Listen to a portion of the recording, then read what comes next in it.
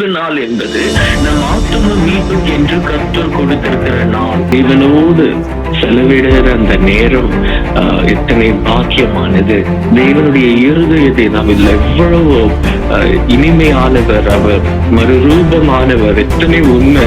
கிச்சலி பலம் அவர், சின்னர தோட்டம் அவர், ரத்தினங்களும் எதுவுமே எல்லாமே அவரை பார்க்கும் பொழுது அவருடைய அன்புக்கு முன்பாக நிர்மூலமாகி போகும். வெள்ளியும் பொருள் ஒண்ணுமே இல்லை.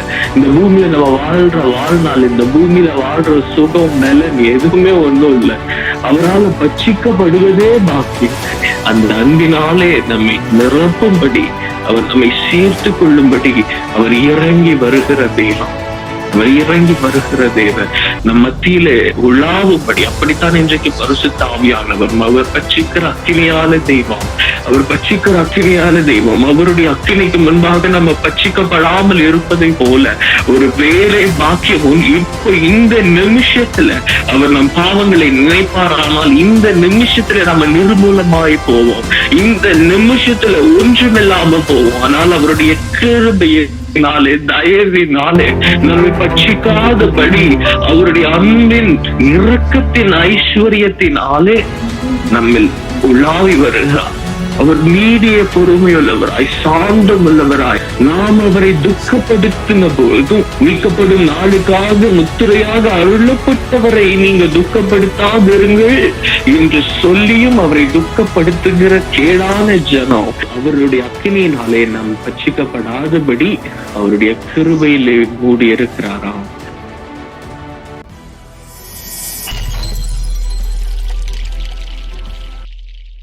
அவர் பட்சிக்கிற அக்னியாய் அவர்களுக்கு வெளிப்பட்டு கொண்டிருக்கிறார். மோசே பல நாட்களாய் தேவனுடைய சந்நிதியில 40 நாட்களுக்கு அவர் தேவனோடு கூட அமர்ந்து தேவன் அவரோடு கூட பேசுகிற அந்த பாக்கியத்தை பெற்றிருக்கிறார். தேவன் அநேக காரியங்களை மோசையோடு பகிர்ந்து கொண்டார்.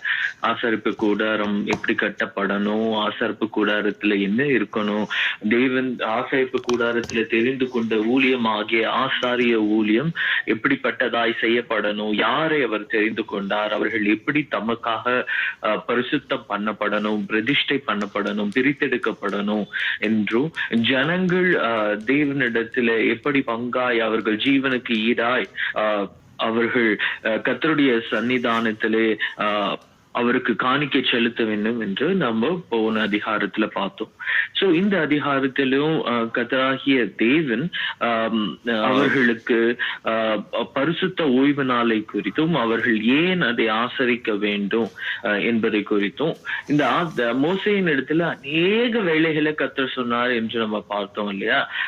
பொன்னினால செய்கிற வேலை, வெள்ளினால செய்கிற வேலை, வெண்கலத்தினால செய்கிற வேலை, மரத்தினால செய்கிற வேலை, அப்புறம் அவங்க அபிஷேக தைலத்தை உண்டு பண்ணணும், கூடாரம் அவர்கள் எடுக்கணும், அவர்கள் நூல் பலவிதமான கலர்ஸ்ல நூல் அவங்க நெய்யணும், அதை அவர்கள் அது ஒரு பெரிய தொங்கு திரையை அவர்கள் உண்டு பண்ணணும், அதுல அலங்காரம் உள்ளதாய் அதை அவர்கள் வடிவமைக்கணும் என்று பல காரியங்களை கர்த்தர் சொன்னார் இல்லையா. அது யாரை கொண்டு செய்வார் என்பதை கர்த்தரே சொல்லுகிறார். மோசே அதை கூட கர்த்தர் மோசையின் இடத்துல கொடுக்கல, அது அவர் எப்படி செய்தார் என்பதையும் இந்த அதிகாரத்துல நம்ம பார்க்கலாம்.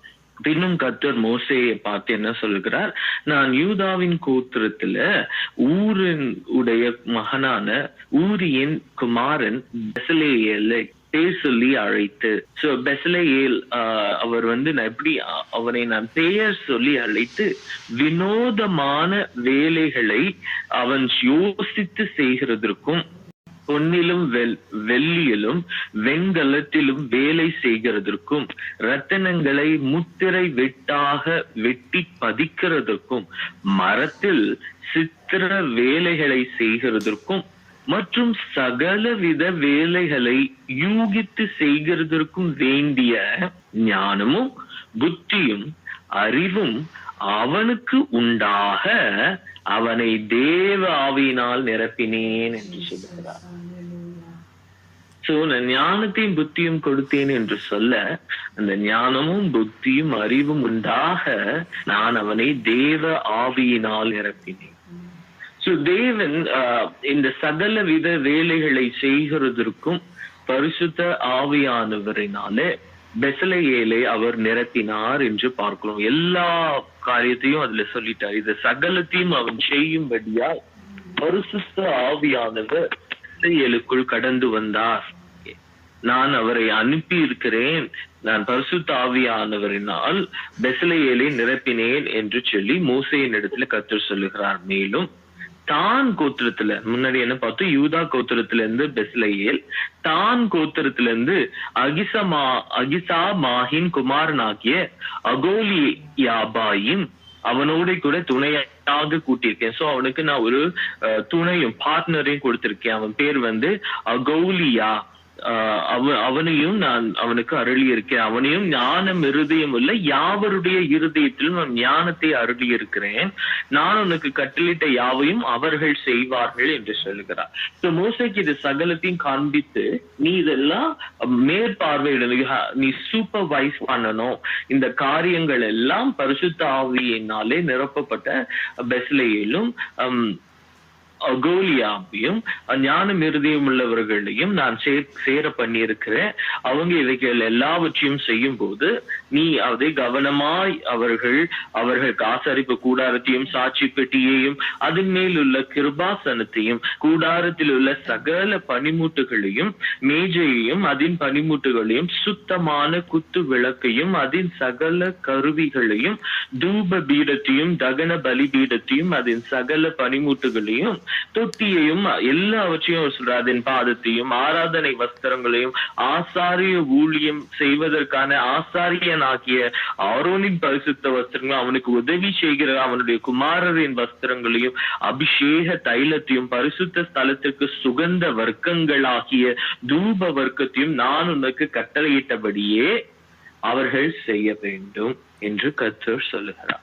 சோ இவையெல்லாம் அப்ப மோசே எல்லாவற்றையும் அவர் ஆயத்தம் பண்ணி இருக்கிறார். இதை அவர்கள் செய்வாங்க, நீ இதையெல்லாம் கவனமாய் எச்சரிக்கையோடு இவைகள் எல்லாம் அப்படியே செய்யப்பட்டிருக்கிறதா என்று நீ கவனிக்கணும் என்று மோசேயினோடு கர்த்தர் சொல்லுகிறார்.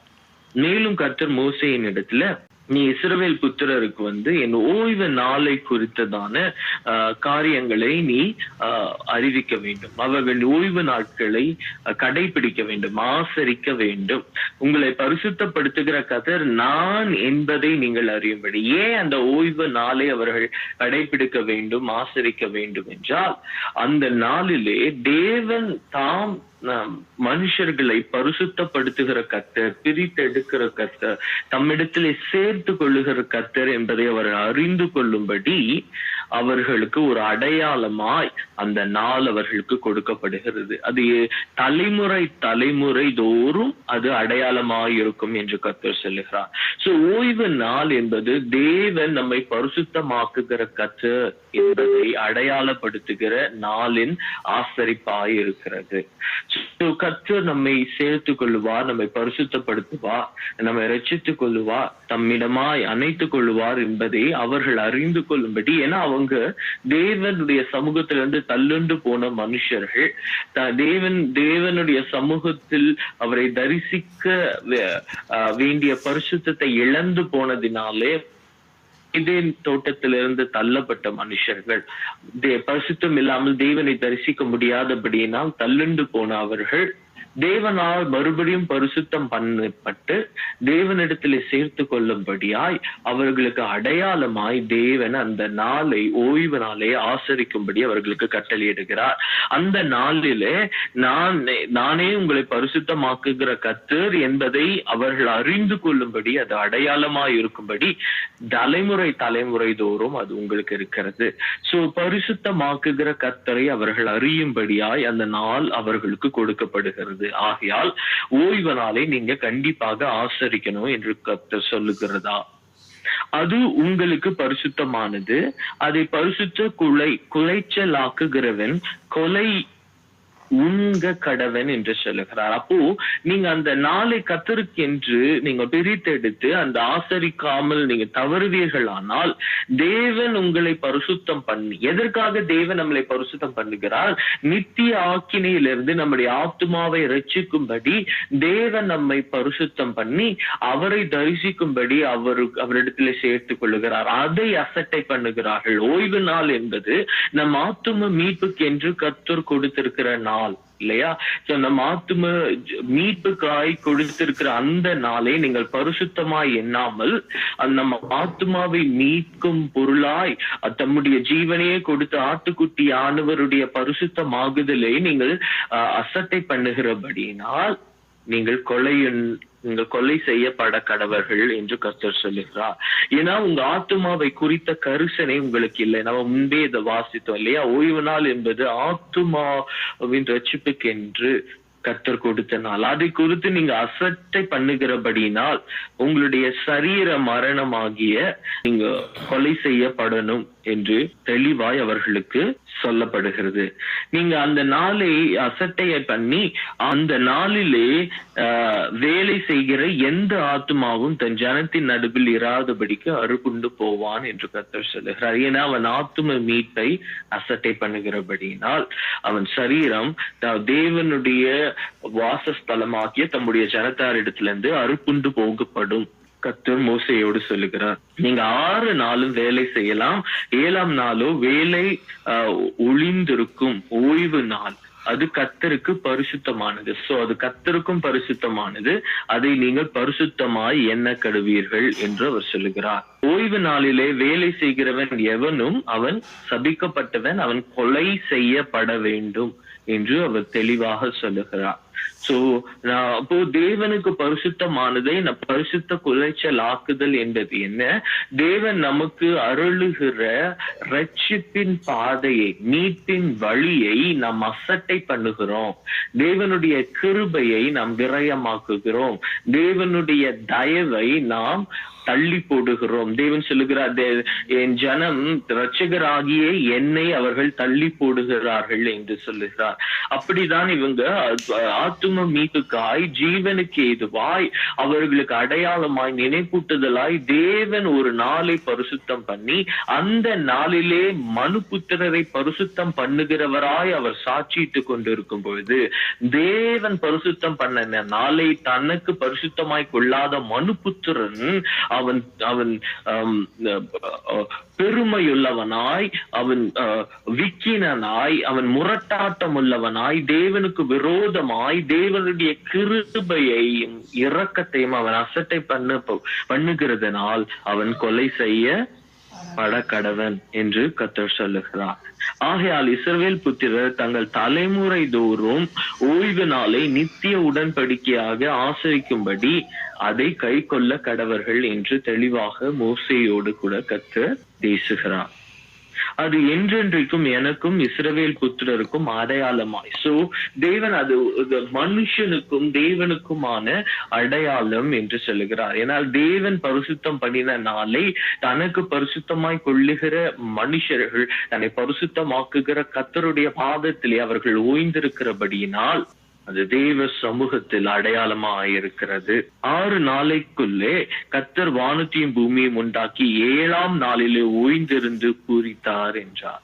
சோ தேவன் 6 நாட்கள் சகலத்தையும் சிருஷ்டித்தவர். 7ஆம் நாளிலே அவர் நம்மோடு கூட அமர்ந்திருக்கும் அந்த நாளை அவர் பூரிப்பாய் சந்தோஷமாய் எண்ணினாராம்.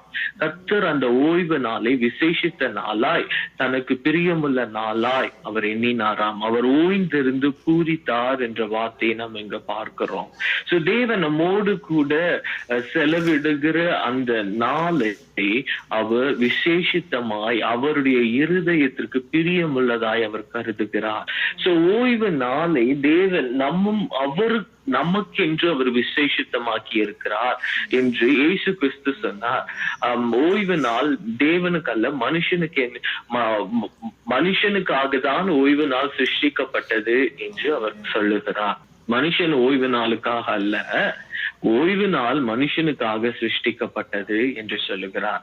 அந்த நாளை குறித்து அது இளைப்பாறுதலையும், அந்த இளைப்பாறுதலிலே தேவன் மனுஷரோடு அவர் அந்த ஓய்வு நாளிலே அவருடைய சமூகத்திலே இளைப்பாறுகிறவர்கள் மத்தியிலே அவர் பூரிப்பாய் இருக்கிறார், அவர் பிரியமாய் அதை எண்ணுகிறார் என்று நாம் பார்க்கிறோம். அவருடைய சமூகம் நமக்கு அருளப்பட்டதும் இன்றி நாம் அவருடைய சமூகத்தில் ஓய்ந்திருக்கிறதை அவர் பிரியமுள்ளதா என்கிறார். சோ அவர் அந்த நாளிலே நாம் அவரோடு இசைந்திருக்கும்படி, நாம் அவரை நினைவு கூறும்படி, நம்ம பூமிக்குரிய சகல காரியமும் நம்முடைய சரீரத்திற்குரிய சகலத்தில் இருந்து ஓய்ந்திருந்து நம் ஆத்தும மீட்பாகிய, நம் ஆத்தும மனவாளனாகிய அவருடைய பாதத்தில் அவரை நோக்கி நாம் அமர்ந்திருக்கும் பொழுது நம்மை அவரிடத்தில் சேர பண்ணுகிற பரிசுத்தமாகுதலிலே நம்மை நடத்த அவர் உண்மையுள்ளவராயிருக்கிறார்.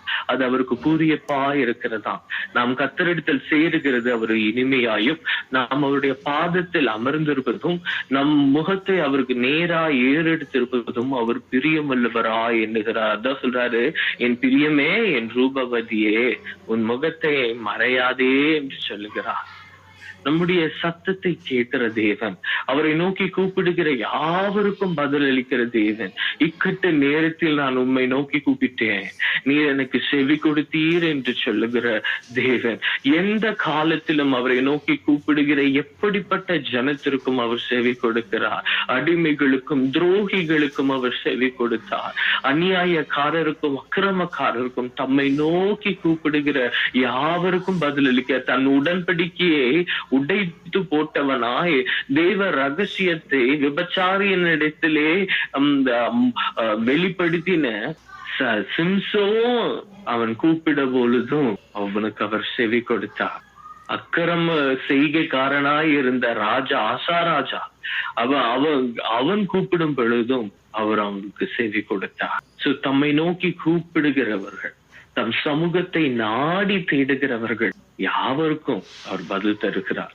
அது அவருக்கு பிரியமாயிருக்கிறதா. தம்மை தேடுகிறவர்கள் மேல் அவர் பிரியமாயிருக்கிறார். சோ தேவனாகிய கர்த்தரை எந்த சூழ்நிலை, எக்காலத்துல, எந்த வேளையிலும் நம்ம அவரை நோக்கி கூப்பிடும் பொழுது அந்த நாளை நமக்கு விசேஷமாக்கி கொடுத்த தேவன். அவருடைய சமூகத்திலே வாருங்கள் என்று பூரிப்பாய் நம்மை அழைக்கிறது.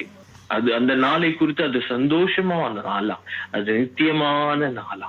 அதான் ஒரு பாவியினுடைய மனம் திரும்புதலின் நாளை பரலோகத்திலே தேவன் அதை சந்தோஷமா, அது பூரிப்பான நாளாய், அவர் அது கொண்டாட்டத்தின் நாளாய் அதை ஆசரிக்கிறாராம். ஒரு நாளை தேவன் மனுஷனுக்காக அவர் விசேஷித்திருக்கிறார். பரலோக தேவன் ஒரு நாளை விசேஷித்து அந்த நாளை மனுஷனுக்கு அவர் அருளி இருக்கிறார். அந்த நாளிலே ஓய்வு நாள் அவனுக்கு அருளி, இந்த ஓய்வு நாளிலே என் பாதத்திலே வா, நீ அமர்ந்து, நான் உன்னை பரிசுத்தமாக்குவேன், நான் உன்னை மறுபடியும் என்னுடைய பரிசுத்த ஸ்தலத்தில் சேர்த்து கொள்ளுவேன், இந்த நாள் உனக்கு அடையாளமாய் இருக்கும் என்று சொல்லி தேவன் ஏற்படுத்தின இந்த பயங்கரமான விசேஷித்த நாளை மனுபுத்திரர்கள் அசட்டை பண்ணுவது எத்தனை கொடியதா இருக்கும். பரலோக தேவன் ஒரு நாளை விசேஷித்தார், மனுபுத்திரர்கள் தன்னிடத்தில் வரும்படி. அந்த நாளிலே அவர் பூரித்திருந்தாராம், அவர்கள் தம்மிடத்திலே வரும்படி. அது அவர்கள் இழந்து போனார்கள். அந்த நாளினுடைய மேன்மையிலிருந்து ஆதாம் இழந்து போனார். அந்த நாளை மறுபடியும் அவர்களுக்கு திருப்பித்தார்கள். அவர் கிருபையுள்ளவராய், தயை பெருத்தவராய், இரக்கம் உள்ளவராய், அடையாளமாய் அவர்களுக்கு ஒரு நாளை, ஓய்வு நாளை தாம் தெரிந்து கொண்ட இஸ்ரவேல் ஜனத்தாரிடத்திலே கர்த்தர் ஆசரிக்கும்படி மனுபுத்திரருக்கும் தேவனுக்குமான ஒரு அடையாளமாய் அவர்கள் மத்தியிலே அந்த நாளை ஆசரிக்கும்படி கர்த்தர் கட்டளையிட்டார். இது இஸ்ரவேலர்களுக்கு மாத்திரம் அல்ல, ஆட்டுக்குட்டியானவருடைய ஜீவ புஸ்தகத்தில் பெயர் எழுதப்பட்டிருக்கிற எல்லா மனுஷருக்கும் ஒரு அடையாளமாய் தேவன் குறித்த நாள் ஓய்வு நாள். ரைட். சோ அந்த அடையாளம் கிறிஸ்து இயேசுவுக்குள் நிறைவானது என்று நாம் பார்க்கிறோம். இப்ப கிறிஸ்து இயேசுவுக்குள்ளாய் அந்த நித்திய ஓய்வு நாளை நாம் ஆசரிக்கும்படி நாம் எதிர்நோக்கி இருக்கிறோம். ரைட். அதுவரை அந்த நித்திய ஓய்வு நாளிலே நாம் ஆசரிக்கும் நாள் வரையும் நாம் கிறிஸ்து இயேசுவுக்குள்ளாய் விசுவாசத்தினாலே நாம் அவருடைய சமூகத்துல இளைப்பாறும்படி அருளப்பட்ட நாட்கள் எல்லாமே அடையாளமான நாட்கள் தான். இந்த பூமியில நமக்கு தேவன் கிறிஸ்து இயேசுவுக்குள்ளாய் அருளுகிற ஒவ்வொரு நாளும் தேவன் நம்மை பரிசுத்தம் பண்ணும்படி நமக்கு கொடுத்திருக்கிற நாட்கள். அதில் பரிசுத்த ஆவியானவர் நம்மை பரிசுத்தமாக்கும்படி நமக்குள் வந்திருக்கிறார். நம்மிடத்தில் நற்கிரியை அவர் தொடங்கி இருக்கிறார். பரிசுத்தமாகிறவன் இன்னும் பரிசுத்தமாகட்டும் என்று சொன்ன தேவன் அவர் வருகிற நாளை எதிர்நோக்கி இருக்கும்படி ஒவ்வொரு நாளும் நமக்கு அருளப்பட்டிருக்கான். ஒவ்வொரு நாளும் நம் ஆயத்தமாகும்படி அந்த பரிசுத்த ஓய்வு நாளாய் ஒவ்வொரு நாளும் நமக்கு அருளப்படுகிறது. இந்த நாட்கள் எல்லாம் அடையாளமாய் நமக்கு இருக்கிறது. ஒவ்வொரு நாளும் நமக்கு என்ன அடையாளம்? ராஜா வருவார், ராஜா வருவார். ஒவ்வொரு நாளும் என் தேவன் என்னை பரிசுத்தம் பண்ணுவார், இந்த தேவன் என்னை பரிசுத்தம் பண்ணுவார். பரிசுத்தம் பண்ணுகிற தேவன் எனக்குள் உலாவி வருகிறார். நானே உன்னை பரிசுத்தமாக்குகிற கர்த்தர் என்று சொன்ன தேவன் இந்த நாளை எனக்கு உண்டாக்கி தந்திருக்கிறார். இந்த நாளிலே அவர் என்னை பரிசுத்தம் பண்ணி அவருடைய சமூகத்திலே இளைப்பார். அவர் வருகிற நாளிலே அந்த நித்திய ஓய்வு நாளிலே நித்திய இளைப்பாறுதலுக்குள்ளே நான் கடந்து போகும் வரை பரிசுத்த ஆவியானவர் எனக்கு அடையாளமாய் மீட்கப்படும் நாளுக்கென்று முத்திரையாய் அவர் நம் மேல் உலாவி வருகிறார். சோ அதுதான் அந்த நாட்களில தான் நாம் இப்பொழுது வைக்கப்பட்டிருக்கிறோம். சோ மோசேய நாட்களில கர்த்தர் அது ஒரு அடையாளமாய் மனுபுத்திரரிலே தேவன் தாம் தெரிந்து கொண்ட இஸ்ரவேல் புத்திரருக்கு அருளினதுதான் இந்த வசனத்தில் நம்ம வாசிக்கிறோம். சீனாய் மலையிலே தேவன் பேசிக் கொண்டிருக்கிறார் என்று நாம் அறிகிறோம். சீனாய் மலையில் அவர் மோசேயோட பேசி முடித்த பின் 40 நாள் முடிஞ்சிட்டு. எனக்கு தெரிஞ்சு மோசேக்கு நாட்கள் போனதே தெரிஞ்சிருக்காது. எவ்வளவு ஒரு மனுஷன் நம்ம ரொம்ப இன்ட்ரெஸ்டிங்கான ஒரு வேலை பார்த்தோம்னா கூட நமக்கு நேரம் போறதே தெரியாது. இவர் ஒரு மனுஷன் கிடைக்க பெறாத, உலகத்தில் எங்க தேடியும் கிடைக்க பெறாத ஒரு நித்திய ஆனந்த பாக்கியம், உலகத்துல பொண்ணோ பொருளோ எதினாலும் தர முடியாத ஒரு ஆனந்த பாக்கியம். அவன் தேவனோடு 40 நாள் இரவும் பகலும் உலகத்திலிருந்து பிரித்தெடுக்கப்பட்டவனாய் பட்சிக்கிற அக்கினியின் நடுவே ஆனந்த சந்தோஷம், ஆனந்த பாக்கியம். ஒரு நொடி போல அது போயிருந்திருக்கும். ஐயோ முடிஞ்சிட்டா, இந்த நீர் பேசி முடிச்சிட்டீரோ, நான் போகணுமோ இல்ல. அப்படி மோசேயோடு கர்த்தர் 40 நாள் பயங்கரமான நாட்கள். அது பேசி முடித்த பின்பு எல்லாம் பேசியாச்சு. அப்போ தேவன் என்ன செய்யறாரு? தேவனுடைய விரலினால் எழுதப்பட்ட கற்பலைகளாகிய சாட்சியின் 2 பலகைகளை அவனிடத்தில் கொடுத்தார். இது ரொம்ப அழகா இருக்கு. தேவனுக்கு தெரியும் மோசே ஆல்ரெடி தேவன் சொன்னவைகள் எல்லாம் எழுதி வைத்திருக்கிறான் என்பதை தேவன் அறிந்திருக்கிறார். அது எழுதின அந்த புஸ்தகத்தின் மேலதான் மலைக்கு ஏறி வருகிறதுக்கு முன்னாடி அவங்க தகன பலியிட்டு அந்த ரத்தத்தை அந்த புஸ்தகத்தின் மேலும் அந்த ஜனத்தின் மேலும் இது சாட்சி பிரமாணம் என்று மோசே சொன்னதையெல்லாம் நம்ம அறிந்திருக்கிறோம். ஆனாலும் இந்த மோசே எழுத முடியும், இந்த மோசே சொன்னவைகளை எல்லாம் அவர் எழுதும். ஆனா தேவனே பாருங்களேன், அவர் தம்முடைய விரலினால் எழுதின பலகைகளை மோசே இடத்துல கொடுக்கிறார். தேவன் கொடுக்கிறார். நான் எழுதினதை எடுத்துட்டு போ, என் ஜனத்தின் இடத்துல எடுத்துட்டு போ. ஸோ தேவன் இட்ஸ் சோ பியூட்டிஃபுல். இத கேட்கவே ரொம்ப தேவனை இவ்வளவு அவரை புரிஞ்சுக்கவே, the love is so beyond measure actually. மோசே சொன்னா எழுதிட்டு போறாரு. ஆனா he's so lovable. அவர் அவ்வளவு அன்புள்ளவரா அவர் என்ன செய்யறாரா, அவர் விரல்ல எழுதினத மனுஷனுக்கு அது ரொம்ப பியூட்டிஃபுல்லா இருந்திருக்கும். Maybe there is a reason அது மோசே உடைக்கப்பட்டது. ஏன்னா அதை விக்கிரகமா ஆக்கியிருப்போம் நம்ம ஒரு, ஐ டோன்ட் நோ. அதனாலயும் அது நம்ம பார்ப்போம் அடுத்த அதிகாரத்துல. இவ்வளவு மகிமையான ஒரு சம்பவம் இங்க மேல நடந்துட்டு இருக்கு. ஆனா கீழே அதே இடம் தான். மேலனா மலையினுடைய கொடுமுடியில தேவனும் மோசேயும் இருக்கிறாங்க. அந்த மலையின் அந்த அடியில யோசுவா மோசேக்காக காத்துட்டு இருக்கிறாரு. மலையின் கீழே ஜனங்களும் மலையில பச்சிக்கிற அக்கினியா தேவன் இருக்கிறது அவங்க பார்த்துட்டு தான் இருக்காங்க. தேவன் அவங்க கண்களுக்கு முன்பாக மறைக்கப்படல. இன்னமும் அவங்க மலையின் கொடுமுடியில பச்சிக்கிற அக்கினியாய் தேவன் அங்க இருக்கிறாரு. ஆனா இந்த ஜனங்க என்ன பண்ணாங்கிறத நாளைக்கு நம்ம பார்க்க போறோம். ரொம்ப ஆச்சரியமா இருக்கும். அதே இருதயம் தான் நமக்கும். மனுஷனுடைய இருதயத்தை போல மகா திருக்குள்ளதும் கேடுள்ளதும் அருவருப்பானதும் வஞ்சகமானதும் இருளானதும் ஒன்றுமே பார்க்க முடியாது. நம்ம சத்ருவ சொல்றோம், சத்ரு அல்ல. ஒரு மனுஷனுடைய இருதயத்தை போல மேட்டினையும் அருவருப்பும் கேடானதும் பாழானதும் வஞ்சகமானதும் ஒன்றுமே கிடையாது.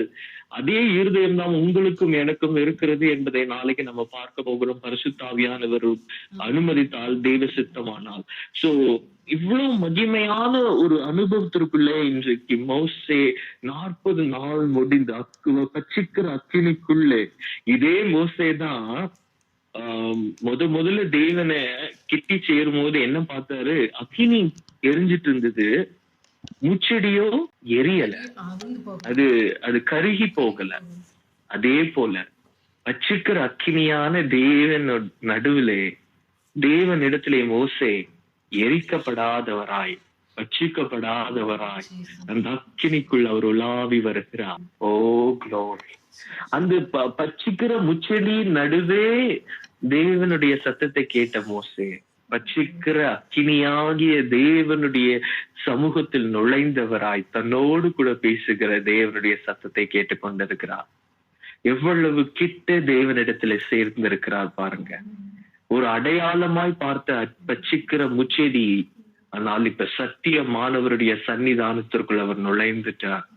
எந்த பாதம் பட்சிக்கிற முச்செடியின் இடத்துல, எரிகிற முச்செடியின் இடத்துல போனதோ அதே பாதம் பட்சிக்கிற தேவனாகிய அவருடைய சன்னிதானத்திலே பட்சிக்கிற அக்கினியாய் வெளிப்பட்டவருக்குள் அவருடைய சமூகத்தில் அவர் பட்சிக்கப்படாதபடி அவருடைய பரிசுத்தமாகுதலின் தயவிலே அவரோடு கூட 40 நாள் இரவும் பகலுமாய் அவர் தங்கி இருக்கிற பாக்கியத்திலிருந்து மோசே முடிவு பெற்றவராய் இப்ப மலையிலிருந்து கீழே இறங்க போகிறார்.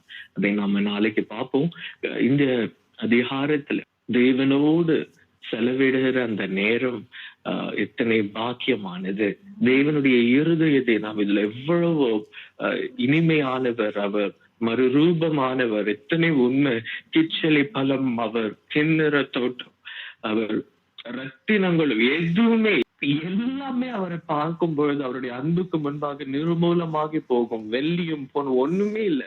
இந்த பூமியில நம்ம வாழ்ற வாழ்நாள், இந்த பூமியில வாழ்ற சுகம் நலன் எதுவுமே ஒண்ணும் இல்லை. அவரால் பட்சிக்கப்படுவதே பாக்கியம். என் தேவனுடைய அக்கினியினால அவ்வளவு அன்பு நிறைந்த தெய்வம். we don't know, நமக்கு அன்பு என்னன்னு சொல்லி கொடுத்ததே அவர் தான் இல்லையா? நம்ம உண்டாக்கின தேவன் அன்பின் உணர்வை நமக்கு என்னவென்று கொடுத்த தேவனே, அந்த அன்பினாலே நம்மை நிரப்பும்படி, அவர் நம்மை சேர்த்து கொள்ளும்படி அவர் இறங்கி வருகிற தெய்வம். அவர் இறங்கி வருகிற தேவன் நம் மத்தியிலே உலாவும்படி. அப்படித்தான் இன்றைக்கு பரிசுத்த ஆவியானவர் அவர் பட்சிக்கிற அக்கினியான தெய்வம். அவர் பட்சிக்கிற அக்கினியான தெய்வம். அவருடைய அக்கினிக்கு முன்பாக நம்ம பட்சிக்கப்படாமல் இருப்பதை போல ஒரு வேலை பாக்கியம் இப்போ இந்த நிமிஷத்துல அவர் நம் பாவங்களை நினைப்பாரானால் இந்த நிமிஷத்துல நம்ம நிர்மூலமாய் போவோம். இந்த நிமிஷத்துல ஒன்றுமில்லாம போவோம். ஆனால் அவருடைய கிருபையை தயவினாலே நம்மை பட்சிக்காதபடி அவருடைய அன்பின் இரக்கத்தின் ஐஸ்வர்யத்தினாலே நம்மில் உலாவி வருகிறார். அவர் நீடிய பொறுமையுள்ளவராய் சாந்தம் உள்ளவராய் நாம் அவரை துக்கப்படுத்தின போதும் மீட்கப்படும் நாளுக்காக முத்திரையாக அருளப்பட்டவரை நீங்க துக்கப்படுத்தாதிருங்கள் என்று சொல்லியும் அவரை துக்கப்படுத்துகிற கேடான ஜனம். ஆனால் அவர்கள் அவருடைய அக்கினியினாலே நம் பட்சிக்கப்படாதபடி அவருடைய கிருபையிலே மூடி இருக்கிறாராம். ஆனால் இந்த கிருபையை நாம் அசட்டை பண்ணுகிறவர்களாக இருப்போம். ஆனால் தேவனுடைய ஆவியானவர் மனுஷனோடு எப்பொழுதும் அவர் போராடுகிறவராய் இருப்பது இல்லை. முடிவு நாள் வரும். அந்த நாளிலே அவர் நம்மை விட்டு கடந்து போவார். அப்பொழுது முற்றிலும் நாம் நிர்மூலமாவோம். சோ அந்த நாளுக்கு முன்னமே நாம் மனம் திரும்புவோம். ஆனால் கீழ்ப்படுதலே நாளும் மனம் திரும்புதலே நாளும் நம் தேவனிடத்தில் திரும்புவோம். ஆனால் அவர் நம்மை சேர்த்துக் கொள்ள உண்மையுள்ளவர். மோசேக்கு முடிவு நாள் வந்ததல்ல, முடிந்த பின் அதே போல பரிசுத்த ஆவியானவர் நம்மிடத்துல நற்கிரியை தொடர்ந்து வந்த தேவன் அதை முடிக்கும் நாளும் வரும். சோ நம்மிடத்திலே தொடங்கின தேவன் அதை முடிக்கும் முன் நாம் மனம் திரும்புதலும் கீழ்ப்படிதலும் நாம் அவரிடத்துல ஒப்பு கொடுப்போமானால் அவர் நம்மிடத்திலே நற்கிரியை முற்று முடிய நிறைவேற்ற அவர் உண்மை உள்ளவர். ஆனால் அவருக்கு செவி கொடுத்து மனம் திரும்புதலிலும் கீழ்ப்படிதலிலும் நம்மை சமர்ப்பிக்காவிடல். நம்ம எரேமியா தீர்க்கதரிசன புத்தகத்துல பார்த்தோம், அந்த குயவன் அவருடைய கரத்தில் இருக்கும் பொழுதுதான் அந்த களிமண் கீழ்ப்படியுமோ என்று அவர் மறுபடியும் வணைகிற வாய்ப்பை தருகிறார். அவர் அந்த வணைந்த பின் அந்த பாத்திரம் தனக்கு பிரயோஜனம் இல்லாமல் போகுமானால், நம்ம பார்த்தோம்ல, அந்த பாத்திரத்தை அவர் உடைத்து போட்டு இது மறுபடியும் சீர்பொருந்த பண்ணாதபடி போம் என்று சொன்னார். அதே குயவன் தான் அதை சொன்னார். சோ நாம் இதை அறிந்து கொள்ள வேண்டும். முடிவின் நாள் வரும், நம்ம கிருபையை விரயமாக்க கொண்டே இருக்க முடியாது. அவருடைய அதனால பவுல் சொல்லுகிறார், தேவனுடைய கிருபையை நான் விரயமாக்குனேனோ என்று பயந்திருக்கிறேன் என்று. சோ நாம் முடிவின் நாள் வரும். இத்தனை மகிமையான நாட்களுக்கு பின் மோசே முடிவின் நாள் வந்தது. அவர் மலையிலிருந்து இறங்க வேண்டிய நாளும் வந்தது. அப்படித்தான் நாம் தேவனுடைய சமூகமும் கிருபையும் நமக்கு ஈவாய் இரக்கமாய் அருளப்படுகிறது. அதன் முடிவு நாள் வரும். சோ அந்த கிருபை எடுபடும் ஒண்ணுமே நாம் மனம் திரும்புதலிலும் கீழ்ப்படிதலில் நாம் கர்த்தரிடத்தில் சேர்வோம். கர்த்தர் இந்த வார்த்தைகளை ஆசீர்வதிப்பார்.